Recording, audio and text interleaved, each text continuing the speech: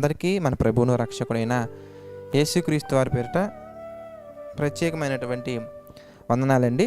మత్తయి సువార్త 6వ అధ్యాయంలో 33వ వచనం మనం చూద్దాం. మత్తయి సువార్త 6వ అధ్యాయం 33వ వచనం మనం ఒకసారి జాగ్రత్తగా గమనించినట్లయితే, ఇవన్నీ మీకు కావాలనని మీ పరలోకపు తండ్రికి తెలియను.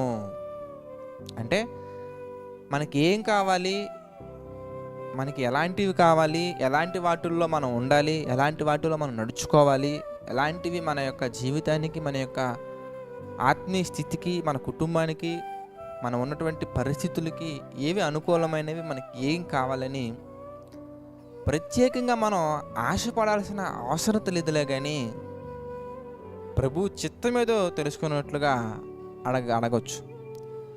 అంటే కంటికి కనిపించే ప్రతి ఒక్కటి కూడా నాకు కావాలి, ఇది నాకు రావాలి, ఇది నాకు దొరకాలి అనే ఆలోచనతో కాకుండా, తండ్రి నీ చిత్తమైతే మాకు దయచేయి ప్రభువా, లేదంటే లేదు ప్రభువా అని ప్రార్థించటం మాత్రమే కాకుండా, my dear brothers and sisters, ఆ ప్రార్థనలో ప్రభు మనకు అందించే ప్రతి సమాధానానికి మనం సిద్ధపడి ఉండాలి.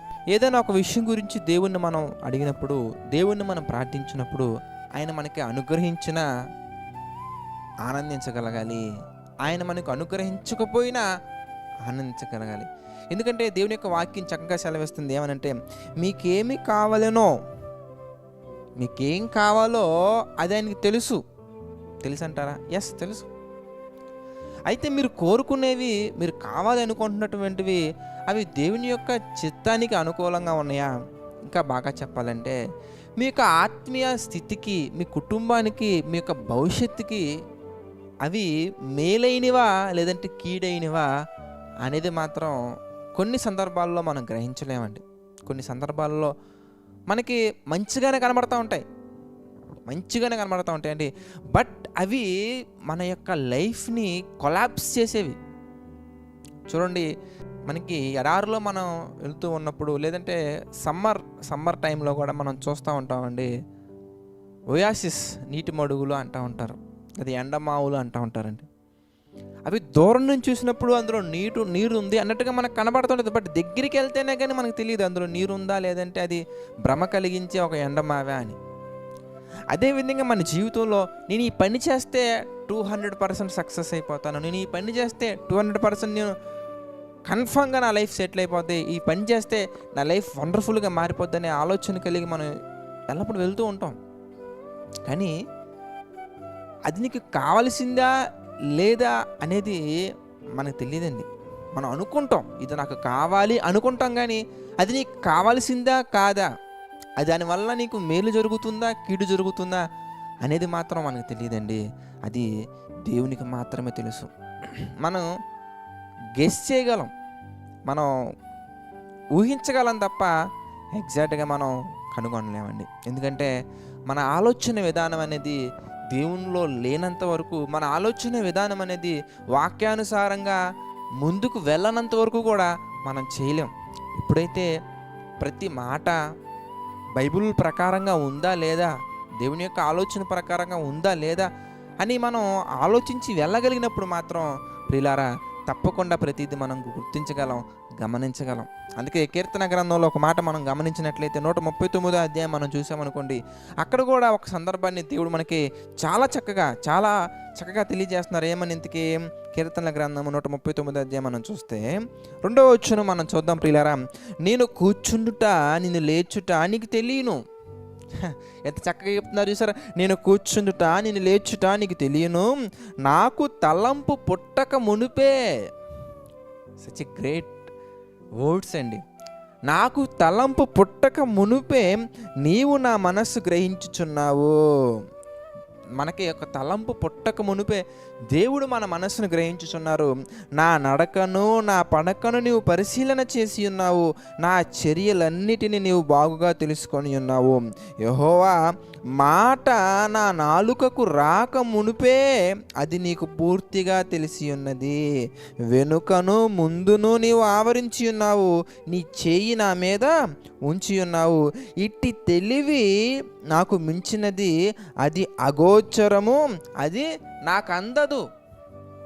దేవుని యొక్క కేరింగ్ కానీ, దేవుని యొక్క ప్రేమ కానీ, దేవుని యొక్క కృప కానీ, దేవుని యొక్క ఆలోచనలు కానీ మనకు అందవండి. మనకు అగోచరం అవి, మన తెలివికి అందవు అవన్నీ కూడా.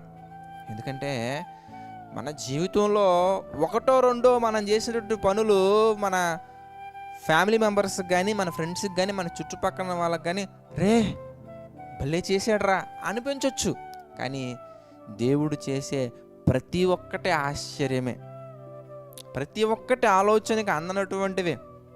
కంటికి కనిపించవు, చెవికి వినిపించవు, హృదయానికి గోచరము కావు. అంత అద్భుతమైనటువంటి ప్రణాళిక దేవునికి మనందరి పట్ల ఉంది. అలాంటప్పుడు మనం ప్రతి విషయాన్ని కూడా దేవునికి అప్పగించుకోగలగాలి. తండ్రి, ఇది నా వల్ల కాదయ్యా, ఇది నువ్వే చేయాలి అని. మనం చేయలేనివి కాదు ప్రియులారా, చేయగలిగినవి కూడా. మనం ఏదైతే చేయగలమో అది కూడా, తండ్రి ఇది నేనైతే నీ కృపను బట్టి, మీరు నాకు ఇచ్చినటువంటి శక్తిని బట్టి చేయగలనయ్యా, కానీ ఇది నీ చేయాలా వద్దా అన్నది మాత్రం నాకు సంబంధించింది కాదయ్యా. ఎందుకంటే ప్రతి మూమెంట్, ప్రతి స్టెప్ కూడా నీ ఆలోచన ప్రకారంగా వెళ్తున్నాను తండ్రి, దీనిని మీరే జరిగించండి. ఇది మీ చిత్తమైతే కానివ్వండి, మీ చిత్తమైతే ముందుకు తీసుకెళ్ళండి, మీ చిత్తమైతే ఆపివేయండి. ఇది నాకు కావాలి అని ప్రార్థించడం మాత్రమే కాదు కానీ ప్రియులారా, తండ్రి ఇది మీ చిత్తమైతే జరిగించండి, మీ చిత్తం కాకపోతే మధ్యలో ఆపివేయండి అని మనం ప్రార్థించగలగాలి. అలాంటి శక్తి మనకు ఉండగలగాలి. అలాంటి హృదయంతో మనం మాట్లాడుకోగలగాలి. నా ప్రాణమా, ఇదిగో దేవుడు చేసినటువంటి ఉపకారాలను మర్చిపోవద్దు. దేవుడు ఇచ్చే ప్రతి నిర్ణయానికి నువ్వు లోబడాలి. దేవుడిచ్చే ప్రతి అంశానికి మనం లోబడగలగాలి. అలా లోబడగలక మనం ఉన్నట్లయితే ఎంత ఒక మాటలో చెప్పాలంటే, యేసుక్రీస్తు వారు సింపుల్గా ఆయన ఎక్స్ప్లెయిన్ చేసినటువంటి ఒక పాయింట్ ఏంటంటే, మరి మత్తయి సువార్తలో మళ్ళీ మనం వచ్చేద్దాం, 6వ అధ్యాయం 33వ వచనం మనం చూస్తే, కాబట్టి మీరు 33వ వచనం మనం చూద్దామండి. కాబట్టి మీరు ఆయన రాజ్యమును నీతిని ఏం చేయాలండి? రాజ్య నీతిని మొదట వెతకండి.